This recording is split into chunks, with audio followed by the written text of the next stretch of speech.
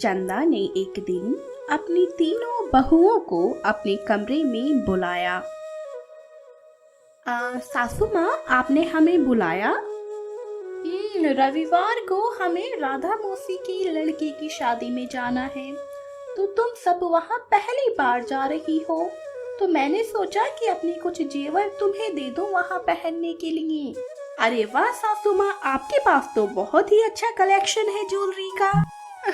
अब तो ये सब तुम ही पहनो, मेरी बूढ़ी गर्दन पर तो अब ये अच्छी लगेंगी नहीं। ये लो बहू, ये तुम तीनों के लिए। तीनों बहुएं अपने अपने डब्बे खोलती हैं तो उन्हें बहुत ही सुंदर हार के सेट मिलते हैं। वो तीनों खुश हो जाती हैं। तब तीसरी बहू बोल पड़ती है, ये तो बहुत सुंदर है सासू माँ, आपका बहुत बहुत धन्यवाद। बस तुम लोग अब इन्हें अच्छे से संभाल कर रखना। जी सासू माँ। तभी दूसरी बहू की नजर एक और डब्बे पर पड़ती है जो कि बाकी डब्बों से दूर रखा होता है। सासू माँ, वो उस डब्बे में क्या है? चंदा डब्बा देखती है। ओ ये तो बहू मेरी सास ने मुझे दिया था, वो हार है। आपकी सासू माँ ने? तब तो बहुत कीमती होगा ना? बहुत कीमती है, रुको मैं दिखाती हूँ। चंदा अपनी सासू माँ का दिया डब्बा खोलती है और बहुओं को दिखाती है। बहुओं की नजर उस पर से हटती ही नहीं है। उन्हें अपने हाथों में पकड़े हुए हार उस हार के सामने फीके लगने लगते हैं। ये कितना सुंदर है। जरा हार का साइज तो देखो, जो इसे एक बार पहन ले उस पर से तो नजर हटे ही ना। चंदा डब्बा बंद करके रख देती है और तीनों बहुएं वहाँ से चली जाती हैं। पर तीनों के मन से उस हार की तस्वीर नहीं जा रही होती। तीनों अपने अपने कमरे में उस हार के सपने देख रही होती हैं। मैं तो मेरी दोनों जिठानियों से इतनी सुंदर हूँ और वो हार मुझे मिल जाए पहनने के लिए तो मजा ही आ जाएगा।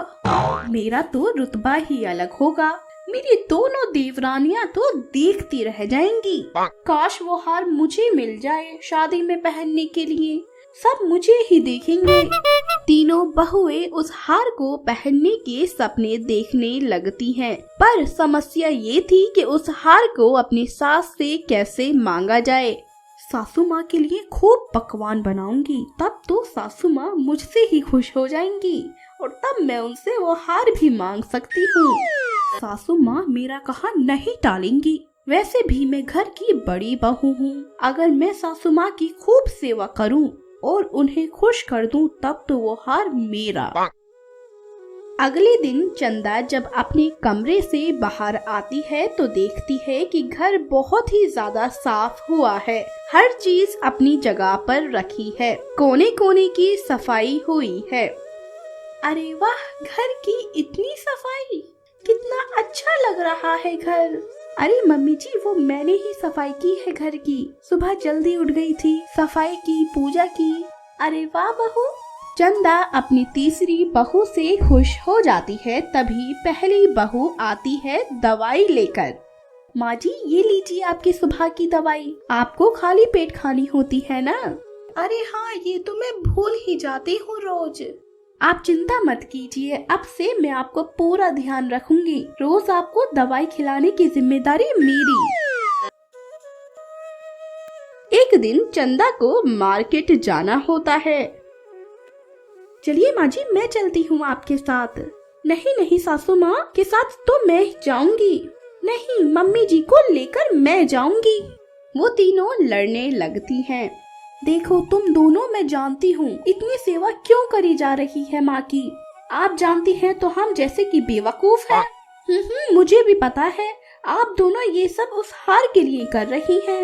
वो हार तो मुझे ही मिलेगा, मैं बड़ी बहू हूँ इस घर की। वो तीनों लड़ रही होती हैं और चंदा समझ जाती है कि ये सब सेवा हार के लिए हो रही है। तुम तीनों बहुएं उस हार के लिए मेरी इतनी सेवा कर रही थी, मतलब ये सब दिखावा था। हमें माफ कर दीजिए, हमसे गलती हो गई सासू माँ। मम्मी जी, हम उस हार के बारे में कभी नहीं सोचेंगे। माँ जी, हमसे गलती हो गई। चंदा गुस्से में वहाँ से चली जाती है। कुछ दिनों बाद शादी में जाने का दिन आता है। तीनों बहुएं तैयार हो जाती हैं और उन्होंने अपनी सासू माँ के दिए हुए हार पहने होते हैं। तभी चंदा भी वहाँ आ जाती है। तीनों अपनी सास की तरफ देखती हैं। चंदा ने वही अपना हार पहना हुआ होता है। तीनों बहुएं उस हार को देखकर एक दूसरे की तरफ देखती हैं और कुछ बोल ही नहीं पाती।